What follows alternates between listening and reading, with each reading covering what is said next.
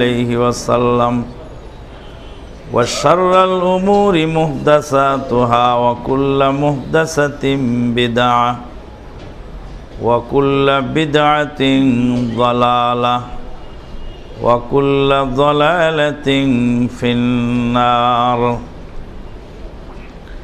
أما بعد فقد قال الله تبارك وتعالى في الكلام المجيد والفرقان الحميد بعد أعوذ بالله من الشيطان الرجيم يا أيها الذين آمنوا اتقوا الله حق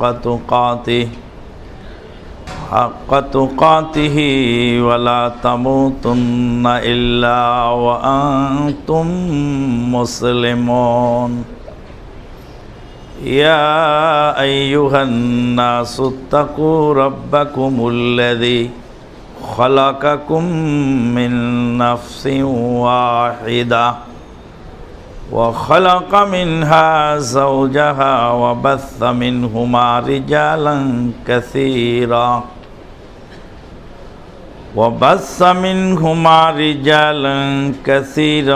ونساء واتقوا الله الذي تساءلون به والأرحام إن الله كان عليكم رقيبا يا أيها الذين آمنوا اتقوا الله وقولوا قولا سديدا يصلح لكم أعمالكم ويغفر لكم ذنوبكم ومن يطع الله ورسوله فقد فاز فوزا عظيما وقال تعالى وما تشاءون إلا أن يشاء الله رب العالمين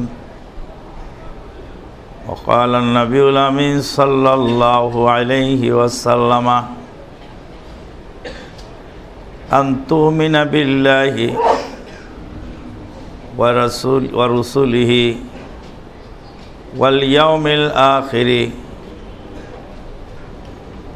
إلى آخر الحديث والقدر خيره وشره من الله تعالى رواه مسلم أو كما قال عليه الصلاة والسلام আল্লাহ পাকের অশেষ মেহেরবানিতে বিগত জুমাগুলিতে আমরা আল্লাহর হক, বান্দার হক, রসুলের হক, সাধারণ মানুষের হক, নেতৃবৃন্দের হক এসব বিষয়ে আলোচনা বিশদ শুনেছি। আজকের আলোচ্য বিষয়ে সাময়িক প্রেক্ষাপটের চাহিদা অনুযায়ী এই ঈমান বিল কাদার, তাকদীরের ভালো মন্দের প্রতি বিশ্বাস স্থাপন করা।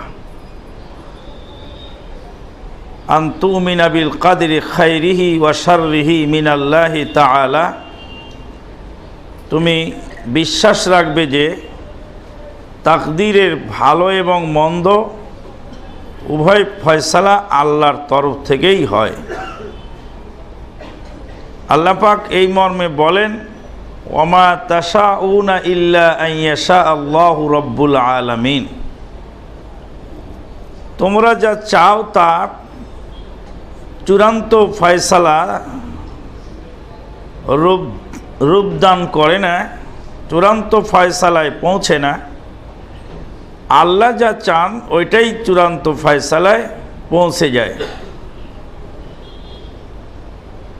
তাকদীর একটি জটিল বিষয়, যেটা বোঝাটা কঠিন, তবে ঈমান রাখতে হবে, এটাই হলো স্বাভাবিক। পূর্ণাঙ্গভাবে তাকদীর যদি কেউ বুঝতে চেষ্টা করে তাহলে হয় সে কাদারিয়া হয়ে যাবে, নাই জাবারিয়া হয়ে যাবে, দুটার একটা হবে। কিছু জিনিস আছে সূক্ষ্ম পয়েন্টে যখন আপনি কোনো জিনিস লাগাতে চেষ্টা করবেন তখন হয় ডাইনে পড়বে না বামে পড়বে। সূক্ষ্মাতি সূক্ষ্ম মাত্রা যেটা, ওটা নিরূপণ করাটা খুব কঠিন। হয় ডাইনে পড়বে না বামে পড়বে, দুইটার একটা পড়বে। তো কাজেই তাকদীরের প্রতি বিশ্বাস স্থাপন করা জরুরি। তাকদীর সম্পর্কে কিছু জানা দরকার। কাদার শব্দের অর্থ হলো পরিমাপ করা। তাকদীর শব্দের অর্থ হলো পরিমাপ করা, নির্ধারণ করে দেওয়া। আপনার জন্য এইটুক নির্ধারিত, এই পরিমাপ, ওনার জন্য এইটুক পরিমাপ।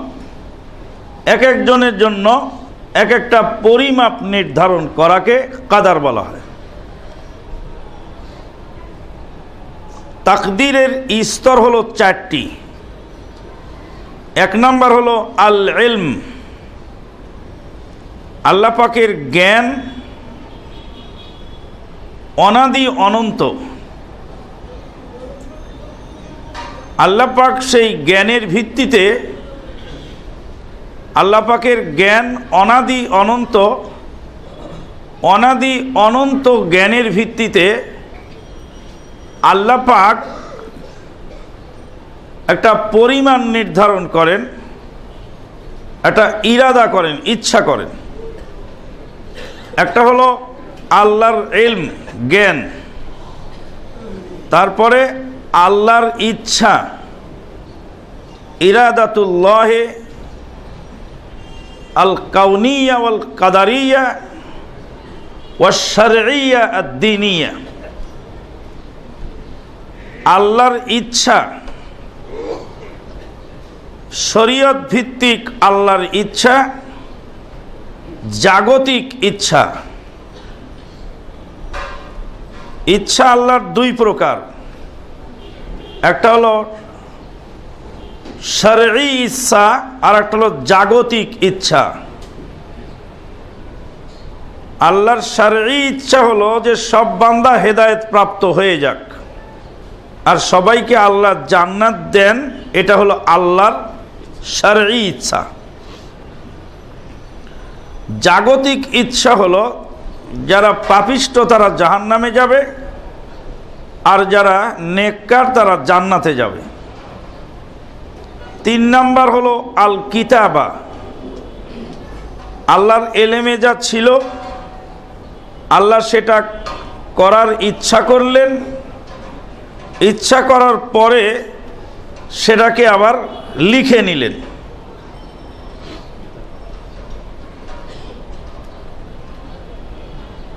চতুর্থ নম্বর হলো আল খালক, সৃষ্টি। আপনি একটা বাড়ি বানাবেন, তো বাড়ি কি জিনিস ওটা আপনার ব্রেনের ভিতরে আগে আসতে হবে। বাড়ি কি জিনিস, বাড়িটা থাকা লাগে, থাকার জন্য একটা বাড়ি দরকার। এই বুঝটা আপনার ভিতরে না থাকলে আপনি বাড়ি বানাবেন কি করে? বাড়ি কি জিনিস এটা আপনি বোঝেন, এটা কতটা জরুরত এটাও বোঝেন, এর জ্ঞান বাড়ি সম্পর্কে আপনার একটা নলেজ আছে। এবার একটি বাড়ি বানানোর ইচ্ছা আপনি করলেন, তারপর আপনি ড্রয়িং করলেন। ড্রয়িং ধুয়ে পানি খেলে তো হবে না, ড্রয়িংয়ের পরে আবার রড সিমেন্ট বালু কিনে কাজ শুরু করে দিন। আপনার বাড়িটাও চারটা স্তরে হয়। দুনিয়ার যে কোনো কাজ চারটা স্তরে হয়। যেটাই করেন না কেন, একটা জামা কিনবেন, জামা কি জিনিস, এটার জরুরত কি, প্রয়োজনীয়তা, এটা সম্পর্কে আপনার একটা আন্ডারস্ট্যান্ডিং থাকবে। তারপরে জামাটা কেনার ইচ্ছা করলেন, তারপরে কাপড় কিনে দর্জির দোকানে দিলেন, দর্জি পরিমাপ করলো, এরপর কাপড় কেটে পরিমাপ অনুযায়ী বানানো শুরু করলো। আল্লাহ পাকের এলেম, তারপরে ইচ্ছা, তারপরে কিতাবা, তারপরে খালক, এই চারটি স্তরে তাকদীর হয়েছে। আল্লাহর ইচ্ছা দুই প্রকার, এটা হলো কাউনিয়া কাদারিয়া আর একটা হলো শারঈয়া দীনিয়া। ছেলেকে মারতে আমার ইচ্ছে হয় না, কিন্তু তারপরেও পড়াশোনা না করলে মাঝে মাঝে পিটন দেওয়া হয়। এই যে মাঝে মাঝে যে পিটন দেওয়া হয়, এটা কি আমার ইচ্ছার বাইরেই হয়? আন্তরিক ইচ্ছা নাই, কিন্তু হাতের ইচ্ছা আছে। ওকে না পিটলেও ও পড়ালেখা করবে না, তাহলে মনে চায় না ওকে মারতে, কিন্তু প্রয়োজনে ওকে মারতে দরকার হয়, মানে ওর উপকারার্থে। আল্লাহ বান্দাকে শাস্তি দিতে চান না, আল্লাহর মনে চায় না, কিন্তু আল্লাহর ফরম্যাটে পড়ে গিয়ে শাস্তির উপযুক্ত যখন হয়, তখন আল্লাহর ইচ্ছাতেই শাস্তিটা নির্ধারিত হয়। আশা করি কিছুটা বুঝতে সহায়ক হয়েছে। আগেই বলেছি যে তাকদীর পুরাপুরি বুঝা কঠিন আছে। বেশি বুঝতে গেলে কেউ কাদারিয়া হবে আর কেউ জাবারিয়া হয়ে যাবে।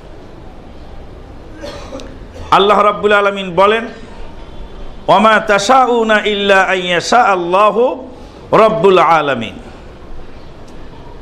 তাকদীর দুই প্রকার, একটা হলো তাকদীরে মুবরাম, আর একটা হলো তাকদীরে মুআল্লাক। একটা হলো ঝুলন্ত তাকদীর, আর একটা হলো স্থায়ী তাকদীর। কিয়ামত কখন হবে, কোন জিনিস কখন সৃষ্টি হবে, এটা সামগ্রিক তাকদীর হলো তাকদীরে মুবরামের সাথে জড়িত। এটার পরিবর্তন নাই, একদম স্থির করা আছে একটা বিষয়। আর তাকদীরে মুআল্লাক মানে ঝুলন্ত তাকদীর, এটা ব্যক্তির সাথে জড়িত। একটু উদাহরণ দিলে সহজে বুঝতে পারবেন। ছেলে আসছে টাকা নেওয়ার জন্য, টাকা 3 পকেটে রেখেছি। বুক পকেটে রেখেছি 5,000, 5,000 দিয়ে দেবো ওকে প্রথম। এরপরে কাউমাও করলে ডান পকেটে 1,000 আছে, ওটা দেব। বেশি কাউমাও করলে বাম পকেটে 1,000 রাখছি, ওটাও দেব। আর কাউমাও যদি না করে তাহলে 5,000 দিয়ে শেষ করে দেব। তাহলে 5,000 দেওয়ার ইচ্ছা আছে চূড়ান্ত, আর 2,000 আছে ঝুলন্ত। এই ঝুলন্ত 2,000 চাইলে দিব, না চাইলে না দিব। আল্লাহ রাব্বুল আলামিন বান্দার হায়াতটা ওরভাবে রেখেছেন। দোয়া করলে চাইলে আমি ওর হায়াত বাড়ায় দিব, আর না চাইলে ওই পর্যন্ত শেষ। দোয়া করলে ওর রুজি বাড়ায় দেওয়া হবে, না করলে ওই পর্যন্ত শেষ। এটাকে বলে তাকদীরে মুআল্লাক। ওই জন্য রাসূলুল্লাহ সাল্লাল্লাহু আলাইহি ওয়াসাল্লাম বলছেন, আত তাকদীরু লা ইয়ারুদ্দু ইল্লা বিদ-দুআ। তাকদীর পরিবর্তন হয় না, তাকদীর দোয়ার মাধ্যমে পরিবর্তন হয়ে যায়। যে যত কাকুতি মিনতি করবে সে তত বেশি পাবে, আর যে কাকুতি মিনতি করবে না সে পাবে না। আর যদি দুনিয়াতে নাও পায়, তাহলে কাকুতি মিনতির কারণে পরকালে তার নেকির পাল্লা বেড়ে যাবে। রাসূলুল্লাহ সাল্লাল্লাহু আলাইহি ওয়াসাল্লাম বলেন, বান্দা যখন দোয়া করে তখন দোয়াটার 3টা অবস্থা হয়। হয় ডাইরেক্ট আল্লাহর সাথে সাথে দিয়ে দেন, যা চাইলো তাই দিয়ে দেওয়া হলো। অথবা আল্লাহ পাক সেই দোয়াটা রেখে দেন, পরবর্তীতে সেটা দিয়ে থাকেন। যে চাইছে তাকে না দিলেও তার আওলাদ বনিয়াদদের মধ্যে সেটা দিয়ে দেন। আর যদি তাও না হয়, তাহলে আল্লাহ পাক ওই দুয়ার সমপরিমাণ বিপদ আপদ বালা মুসিবত পাপ পঙ্কিলতা তার কাছ থেকে মওকুফ করে দেন। দোয়া করলেই নেকি, দোয়া করলেই উপকার, দোয়ার ভিতরে বরকত আর বরকত, কোনো লস নেই। ওই জন্য দোয়া করাটা জরুরি। সবসময় দোয়া করবেন। আল্লাহকে কোনো সময় বলতে নেই আল্লাহ তোমার মনে চাইলে দাও, না চাইলে না দাও। বলছে আল্লাহ আমার লাগবে, এটা আমাকে দিতে হবে, আমি আপনার কাছে চাই। আল্লাহ দিবেন বা না দিবেন এটা আল্লাহর ফয়সালা, আল্লাহ করবেন। যখন ফয়সালা হয়ে গেল তখন বুঝতে হবে এর মধ্যেই কল্যাণ। বাপ ছেলেকে টাকা অল্প করে দেয়, কারণ বাপ বখিল তাই, ছেলেকে ভালোবাসে না তাই, ছেলে স্বাচ্ছন্দ্যে চলবে না, চলতে দিবে না তাই? জি না, বাপ ছেলেকে টাকা দিতে চায়, কিন্তু টাকা দিলে ছেলের ক্ষতি হয়ে যাবে। পরিমাণের অতিরিক্ত টাকা হলে সে বেয়ারা হয়ে যাবে, বেপরোয়া হবে, তার ভবিষ্যৎ ধ্বংস হবে। ওই জন্য বাপ কঠোরভাবে সেটা নিয়ন্ত্রণ করার চেষ্টা করে। আল্লাহ পাক কুল কায়নাতের মাখলুকাতের উপর আরহামুর রাহিমিন, সবচেয়ে বেশি দয়ালু। পৃথিবীর সকল মানুষের চেয়ে আল্লাহ বান্দার উপরে দয়ালু।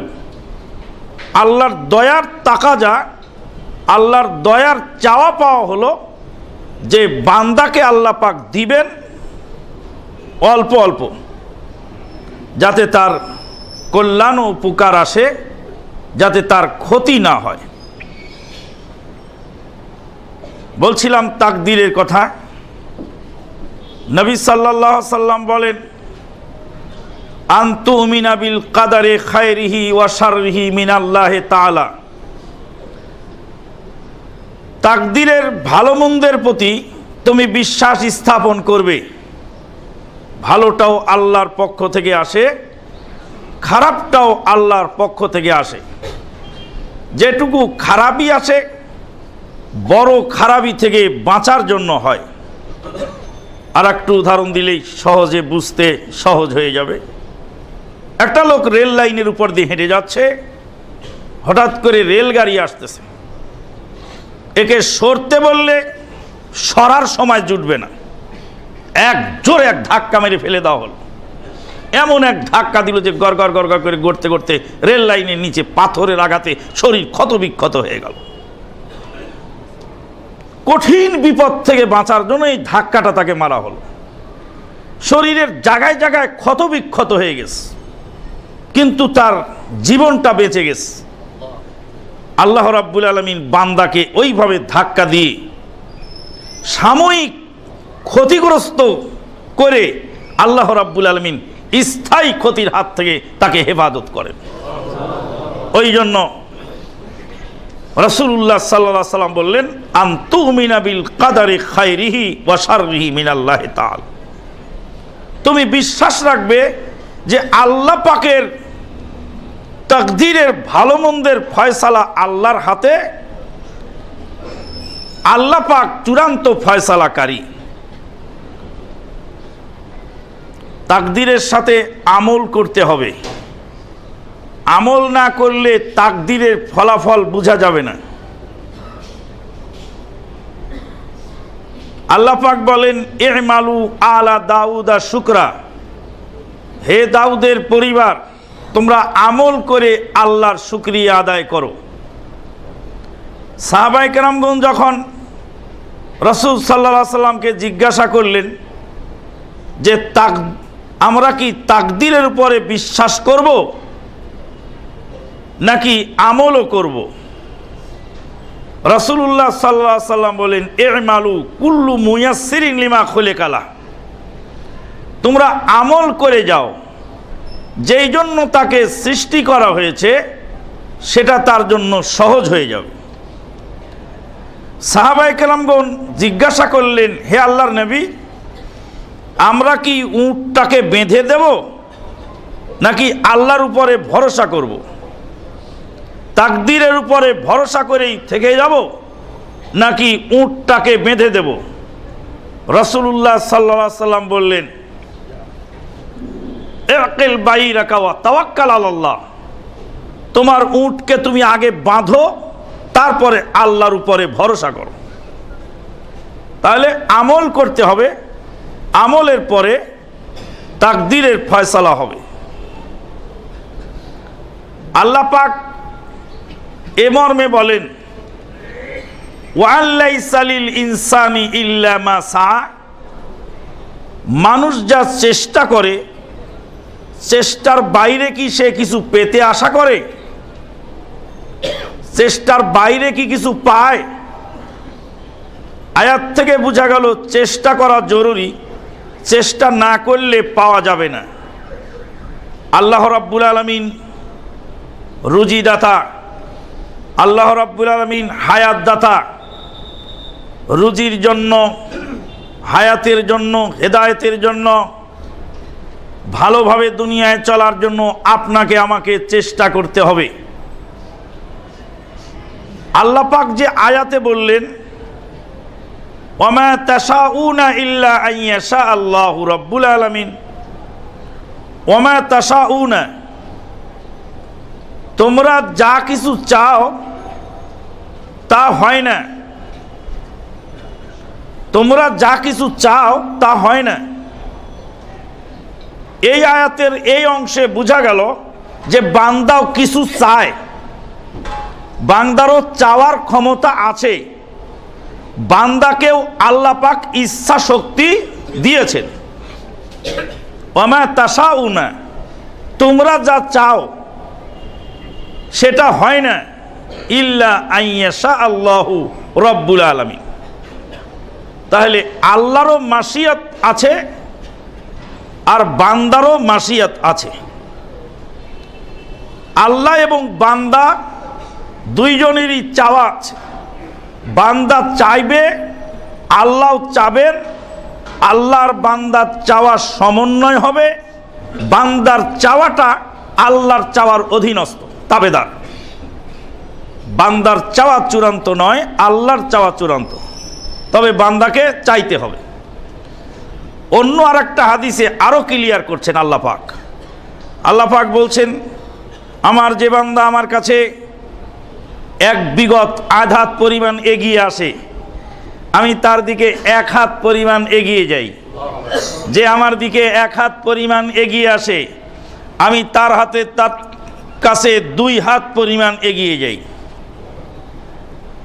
যে বান্দা আমার দিকে হেঁটে আসে, আমি তার দিকে দৌড়িয়ে যাই। তাহলে এখান থেকে বোঝা গেল যে আপনাকেও হাঁটতে হবে। আপনি আগে হাঁটবেন, তারপরে আল্লাহ পাক আপনার হাঁটা দেখে আল্লাহ পাক হাঁটবেন। আপনি না হাঁটলে, আমি না হাঁটলে আল্লাহ পাক হাঁটেন না। আল্লাহ পাক বলছেন, আমার দিকে আধ হাত হেঁটে আসলে আমি তার দিকে 1 হাত এগিয়ে যাই, আর যে 1 হাত এগিয়ে আসে আমি তার দিকে 2 হাত এগিয়ে যাই। যে আমার দিকে আস্তে আস্তে হেঁটে আসে, আমি তার দিকে দৌড়িয়ে যাই। আল্লাহু আকবার। আপনি দৈনিকই দেখতে পান, কিন্তু আপনি বোঝেন না। অফিস থেকে যখন বাড়িতে ফেরেন, তখন আপনার ছোট ছেলেটাও হাঁটতে শিখেছে। ও টিক টিক টিক টিক করে 2-1 কদম আব্বুকে আসা দেখে এগিয়ে আসে। ও আস্তে আস্তে পড়ে যাবে ভয়ে, আপনি দৌড়িয়ে গিয়ে তাকে ওকে ঝরেন। ও 2-1 কদম এগিয়ে আসে, আপনি দ্রুত এগিয়ে যান। ও 1 কদম আসে, আপনি 10 কদম এগিয়ে যান। ও আসে আস্তে আস্তে ধীরে ধীরে আগানোর চেষ্টা করে, আপনি দৌড়িয়ে গিয়ে ওকে ধরেন। আল্লাহ পাক বান্দাকে যখন দেখেন যে বান্দা এগিয়ে আসে, তখন আল্লাহ পাক খুব দ্রুত সেই বান্দাকে ধরেন, ধরে তার কল্যাণ পৌঁছিয়ে দেন। কাজেই আমল করতে হবে, চেষ্টা করতে হবে। চেষ্টার পরে যেটা ফয়সালা হবে, বুঝতে হবে এরই মধ্যে কল্যাণ রয়েছে। অকল্যাণ বান্দার জন্য আল্লাহ কখনোই করেন না।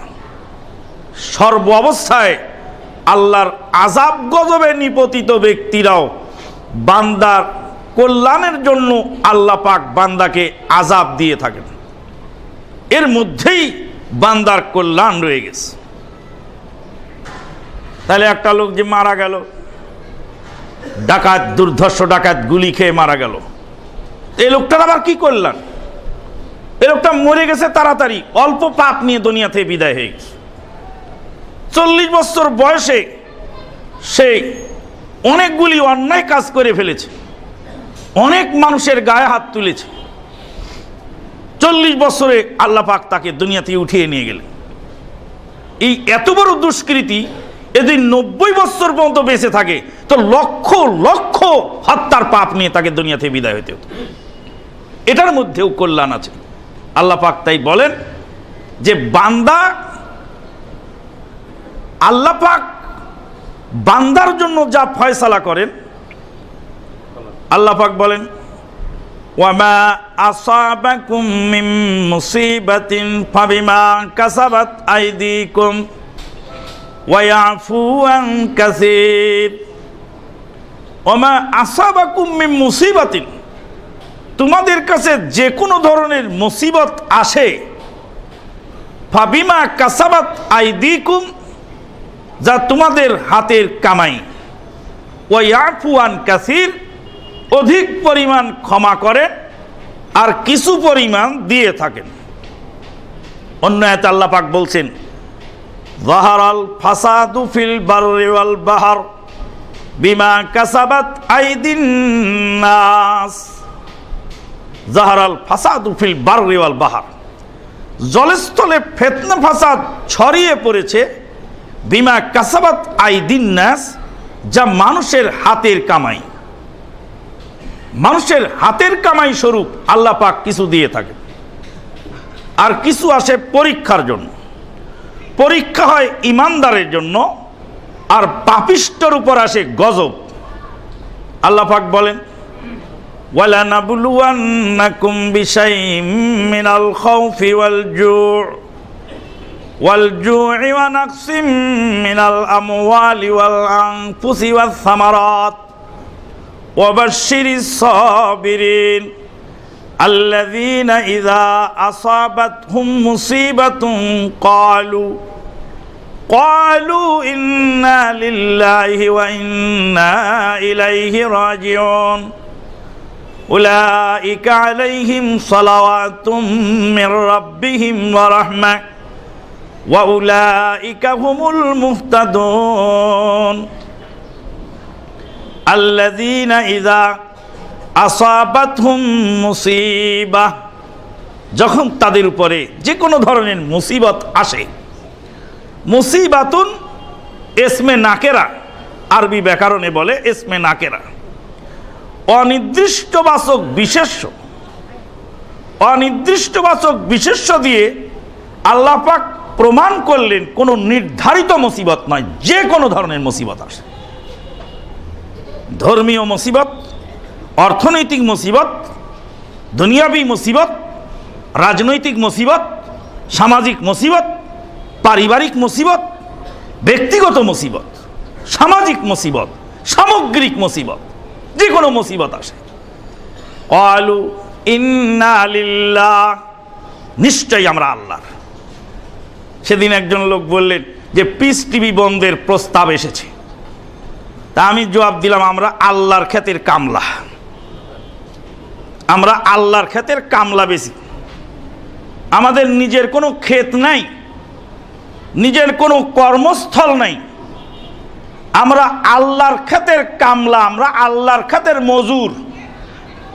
আল্লাহ যদি তার ক্ষেতে কাজ করিয়ে নিয়ে বেতন দেন তো আলহামদুলিল্লাহ, কাজ না করিয়ে বেতন দেন তাও আলহামদুলিল্লাহ। আল্লাহ পাক যেখানে যখন যেভাবে রাখবেন, আমরা সর্ব অবস্থায় আল্লাহর উপরে সন্তুষ্ট আছি। দুনিয়ার কোনো বুজুর্গের মতবাদ প্রতিষ্ঠা করার জন্য নয়, দুনিয়ার কোনো ব্যক্তি মালিকানার মতবাদ প্রতিষ্ঠিতর জন্য নয়, দুনিয়ার কোনো বিশেষ দল ও মাযহাব তরিকার মতবাদ প্রতিষ্ঠিতর জন্য নয়, কোরআন এবং সহিহ সুন্নাহ প্রতিষ্ঠার কাজ পিস টিভি করে যাচ্ছে। আল্লাহ যেই কয়দিন করাবেন সে কয়দিন মানুষ করবে, যে কয়দিন করাবেন না সে কয়দিন আবার বুঝতে থাকবে মানুষ। কিভাবে বুঝবে? পিস টিভি বন্ধের প্রস্তাব যখনই হবে তখনই সরকার বাহাদুর কি চট করে বন্ধ করে দিবেন, নাকি তদন্ত কমিটি গঠন হবে, এটার দেখশুন করার জন্য কিছু দায়িত্বশীল লোক নিয়োগ করা হবে, যে দেখো তো এর মধ্যে কি আছে, এত প্রতিবাদ বিরোধিতা আসলো কেন? তখন তো চাল বাসা করে বাঁচবে, চাল বাসা করে যখন বাঁচবে তখন তো পিস টিভির বিভিন্ন আলোচনা, বিভিন্ন আলোচকদের বক্তব্য সরকার বাহাদুরের দায়িত্বশীলেরা যথাযথভাবে পর্যবেক্ষণ করে তারপরে তো একটা রিপোর্ট তৈরি করবে। ওরই মধ্যে দেখতে পাবেন যে আল্লাহর অনেক বান্দার কাছে ওই যাচাই বাছাই করার ওসিলায় হকটা পৌঁছে গেছে, আলহামদুলিল্লাহ। জীবনে যার কাছে আপনি পৌঁছাতে পারতেন না তার কাছে পৌঁছে গেল। জীবনে যার দেখার দরকার ছিল না, দায়িত্ব পালন করতে গিয়ে দেখে। ইমাম আহমদ ইবনে হাম্বল রাহিমাহুল্লাহ বলেন, দুনিয়া কামানোর জন্য আমি এলেম শিখেছিলাম, আর আমার এলেম আমাকে দুনিয়া থেকে বিমুখ করে আখিরাতমুখী করে দিল। ইমাম আহমদ বিন হাম্বল রাহিমাহুল্লাহ বলেন, দুনিয়া কামানোর জন্য আমি এলেম শিখেছিলাম, আমার এলেমই আমাকে বলল দুনিয়া কামাতে হয়, এদিকে যাও। আল্লাহু আকবার। মানুষ আসে কোন ইচ্ছায়, ফিরে যায় কোন ইচ্ছায়? আল্লাহর তাকদীরের ফয়সালা দুনিয়ার মানুষ কোনোদিন হিসাব করে কুল পাবেন। যাদের তাকদীরের প্রতি বিশ্বাস আছে তারা দুনিয়ার কোনো সমস্যাকে সমস্যা কোনোদিন মনে করেনি, আর করবেও না ইনশাআল্লাহ। বলেছিলাম সৌদি আরবের ঘটনা, ভাই আব্দুল হাদির গাড়ির তলে পড়ে একদম ফুটফুটে বাচ্চা, কুসুমের মতো প্রাণ, ফুলের মতো জীবন, একদম গাড়ির চাকার তলে পড়ে সাথে সাথে আলুর ভর্তা হয়ে গেল, বেগুনের ভর্তার মতো ভর্তা হয়ে গেল, নারী মুড়ি সব সহ চাক্কার মধ্যে জড়িয়ে গেল তার শরীরের অংশ। বাপের চোখের সামনে ফুটফুটে বাচ্চা, দুই হাতে দুই বাচ্চা, একটা দৌড় দিয়ে চাকার তলে পড়ে গেল, আর একটা হাতের মধ্যে রয়ে গেছে। ভাই আব্দুল হাদি মদিনা ইউনিভার্সিটির ছাত্র গাড়িটা সাইড করে বললেন, ইন্না লিল্লাহি ওয়া ইন্না ইলাইহি রাজিউন। বুকের মধ্যে ধরপড় করছে, সৌদি আরবিয়ান লোক আর তারই ছেলে চোখের সামনে, আমার গাড়ির তলে আমার জীবন আজকে শেষ হয়ে গেছে।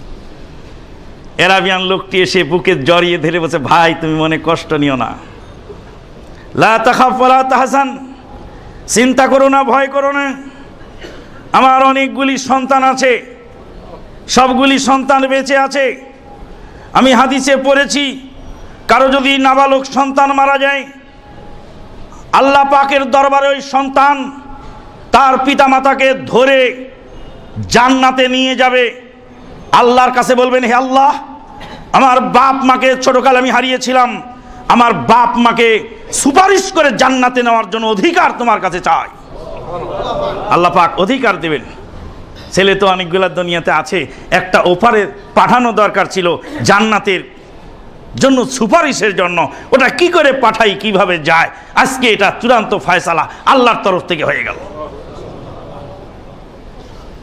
বস্তুবাদী জগৎ নিয়ে যারা চলে তাদের দুনিয়া গেল, সব গেল। যারা নাস্তিক তাদের দুনিয়া গেল, সব গেল। টাকা আমার 10টা হারিয়ে গেছে, চলে গেছে, 10টাই টাকা ছিল, 10টাই হারিয়ে গেছে। যারা পরকালকে বিশ্বাস করে, যাদের তাকদীরে বিশ্বাস আছে, 10 টাকার মালিক হয়ে আমি দুনিয়ায় আসিনি, 10 টাকা আল্লাহ দিয়েছিলেন, 10 টাকা নিয়ে গেছেন, আল্লাহ পাক 100 টাকার মালিক আমাকে বানাতে পারেন। আল্লাহ পাক নিয়ে গেছেন, আল্লাহ পাক এর চেয়ে ভালো দিতে পারেন। তাকদীরের প্রতি বিশ্বাস যার অটল, দুনিয়ার মুসিবত তার জন্য হালকা হয়ে যায়। তাকদীর আমরা বুঝেও বুঝি না, অনেক সময় তাকদীর বিরোধী কথা বলি। আমার মামা কলকাতা ইন্তেকাল করলেন, কলকাতা থেকে লাশ আনা হলো, লাশকে গোসল দেওয়া হচ্ছে, জোহরের পরে জানাজা হবে। একজন লোক বলছে, আমি মানা করেছিলাম কলকাতায় নিস না তোরা, কলকাতায় নিয়ে লোকটাকে মারলো। মেজাজ খুব গরম হয়ে গেল, লোকটাকে ডেকে বললাম, এদিকে আসো, তুমি কি ইমানদার না বেঈমান? বলছে ইমানদার। কিসের ইমান তোমার? তাকদীরের প্রতি বিশ্বাস হলো ইমানের একটি রকন। আসমান জমিন সৃষ্টির 50,000 বছর আগে আল্লাহ পাক লিখে রেখেছেন তার মৃত্যু কলকাতা শহরে। তো এখানে বাংলাদেশে মরে কি করে? কলকাতা না যাওয়া পর্যন্ত তার মৃত্যু যে হবে না, তাকে যেতেই হবে সেখানে। ওমা তাদরি নাফসুম মাযা তাকসিবু গাদা ওমা তাদরি নাফসুম বিআই আরদিন তামুত। মানুষ জানে না কোন জমিনে তার মৃত্যু হবে। হাজ্জাজ বিন ইউসুফ সাকাফি জালেম ধরে এনেছে রাসূলের সাহাবী আব্দুল্লাহ বিন জুবায়ের রাদিয়াল্লাহু তাআলা আনহুকে, ধরে এনে বলছে, হে ইবনু জুবায়ের, বল দেখি তোকে কিভাবে হত্যা করব, কিভাবে হত্যা করলে তুই পছন্দ করবি বল। আব্দুল্লাহ বিন জুবায়ের রাদিয়াল্লাহু তাআলা আনহু বলছেন, হাজ্জাজ তুমি নিজের জন্য যেটা পছন্দ করো আমার উপরে তাই প্রয়োগ করো। আব্দুল্লাহ বিন জুবায়ের, হে শোনো, তোমাকে কি গরম পানি দিয়ে সিদ্ধ করব, নাকি তোমাকে গরম তেলে ফ্রাই করব, নাকি তোমাকে শুলে চড়াবো, নাকি তোমাকে তলোয়ার দিয়ে জবাই করব, তুমি যেটা বলবে সেটাই তোমাকে করা হবে। আব্দুল্লাহ বিন জুবায়ের রাদিয়াল্লাহু তাআলা আনহু বলছেন, জালেম তুই নিজের জন্য যেটা পছন্দ করিস ওটা আমার উপরে প্রয়োগ কর। আমাকে যদি তুই গরম তেলে ফ্রাই করিস তা আমার আল্লাহ তোকে গরম তেলে ফ্রাই করবে। আমাকে যদি তুই গরম পানিতে সিদ্ধ করিস আমার আল্লাহ তোকে গরম পানিতে সিদ্ধ করবে। আমাকে যদি তুই তলোয়ার দিয়ে জবাই করিস আমার আল্লাহ তোকে জবাই করার ব্যবস্থা করবে। আমাকে যা শাস্তি দিবি আমার আল্লাহ তোকে ওরকম শাস্তি দিবে। আল্লাহ হলেন আহকামুল হাকিমিন। জালেম হাজ্জাজ আব্দুল্লাহ বিন জুবায়ের রাদিয়াল্লাহু তাআলা আনহুকে জবাই করে দিল। জবাই করে দেওয়ার পরে লাশটাকে ঝুলিয়ে রেখেছিল গাছের সাথে। রক্তক্ষরণ হলো অধিক পরিমাণ। জাল্লাদকে জিজ্ঞেস করলেন, হাজ্জাজ বিন ইউসুফ সাকাফি পৃথিবীর সবচেয়ে বড় জালেম, লক্ষ লক্ষ মুসলিমকে যে জালেম হত্যা করেছে। হাজ্জাজ বিন ইউসুফ সাকাফি কোরআনের জের জবর যার উসিলায় লাগানো হয়েছে, মুসলিম জাহানের অনেক কল্যাণ উপকার তিনি করেছিলেন। ওই জন্য সাহাবী আব্দুল্লাহ বিন ওমর রাদিয়াল্লাহু তাআলা হাজ্জাজ বিন ইউসুফ সাকাফি জালেমের পিছনে সালাত আদায় করতেন। সাহাবায়ে কেরামগণ যারা বেঁচে ছিলেন তারাই জালেমের পিছনে সালাত আদায় করতেন। আহলে সুন্নাত ওয়াল জামাতের আকীদা হলো প্রত্যেক জালেম ফাসেকের পিছনে সালাত বৈধ যতক্ষণ পর্যন্ত ইসলাম থেকে খারেজ না হয়। হাজ্জাজ বিন ইউসুফ সাকাফি জালেম জিজ্ঞেস করলো জাল্লাদকে, জাল্লাদ অনেক মানুষকে খুন করেছি জীবনে, এই লোকটাকে মারলাম তার রক্ত এত ক্ষরণ হলো কারণ কি? জাল্লাদ বলছে, মৃত্যুর খবর শুনলে মানুষের রক্ত সংকুচিত হয়ে যায়, রক্ত গোশতের কোষে কোষে ঢুকে পড়ে, তাই শরীরের রক্ত শুকিয়ে যায়। বিগত দিনে যাদেরকে মারা হয়েছে তাদের রক্ত প্রবাহিত হয় নাই।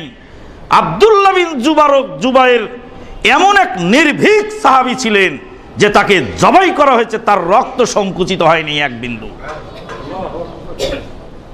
বলছিলাম যে তাকদীর, ঈমান যার আছে তাকদীরের প্রতি, দুনিয়াটা তার জন্য তুচ্ছ। আল্লাহ বান্দার জন্য যা কিছু করেন সব কিছু কল্যাণের জন্য করেন। নবী সাল্লাল্লাহু আলাইহি ওয়াসাল্লাম এই তাকদীরের প্রতি বিশ্বাস স্থাপন করতে বলেছেন। আমরা তাকদীরের প্রতি দৃঢ় ঈমান যদি রাখতে পারি তাহলে অনেক বালা মুসিবত, অনেক গোলমাল সহজ হয়ে যায়। গাড়ি ফেল হয়ে গেল, রাস্তায় গিয়ে ট্রেন ফেল হয়ে গেল, এই তোর কারণে গাড়িটা ফেল হয়ে গেল, আর তুই আমার দেরি করে দিস, আর তোর কারণে এই সমস্যাটা হলো। ঝগড়া ফাসাদ, মারামারি শেষ নেই। যার তাকদীরের প্রতি বিশ্বাস আছে সে বলছে, না আল্লাহ পাকের ইচ্ছায় আমরা তো চেষ্টা করেছি, গাড়ি ফেল হয়ে গেছে, নিশ্চয়ই এর মধ্যে কোনো কল্যাণ আছে। কি কল্যাণ আছে মানুষ জানে না। জীবনে বহু ঘটনা প্রবাহ আপনার জীবনে প্রবাহিত হয়, আপনি চোখ খুলে দেখেন না। তাই গাড়িটা ফেল হয়ে গেল, খুব দ্রুত গতিতে যেতে হবে বগুড়ায়, গাড়িটা পেলাম না, কত আফসোস করতে করতেই যাচ্ছি। যমুনা ব্রিজের ওখানে গিয়ে দেখি গাড়ি ডিস্টার্ব হয়ে গেছে। আল্লাহু আকবার। আল্লাহ পাক আপনাকে হেফাজত করবেন, ওই জন্য ওখানে নেন নেই। আল্লাহ পাক আপনাকে সেভ করবেন। অমুকের ছেলের সাথে অমুকের মেয়ের বিয়ে ঠিক হলো, ছেলেটা বিয়ের আসর থেকে উঠে চলে গেল, মেয়ের বাপের দুঃখ আর কাঁদন দেখে কি কে? ছেলের বিয়ে হলো অন্য জায়গায়, একটা বাচ্চা হওয়ার পরে ছেলেটি ইন্তেকাল করলো, যেই মেয়ের সাথে বিয়ে হয়েছিল সেই মেয়েটি বিধবা হয়ে গেল। আপনার মেয়েকে আল্লাহ বিধবা বানাবেন না দেখে সেদিন ওই আসর থেকে ওই ছেলে উঠে চলে গেছিল। আল্লাহ পাকের হিকমত মানুষের বুঝার ক্ষমতা নেই।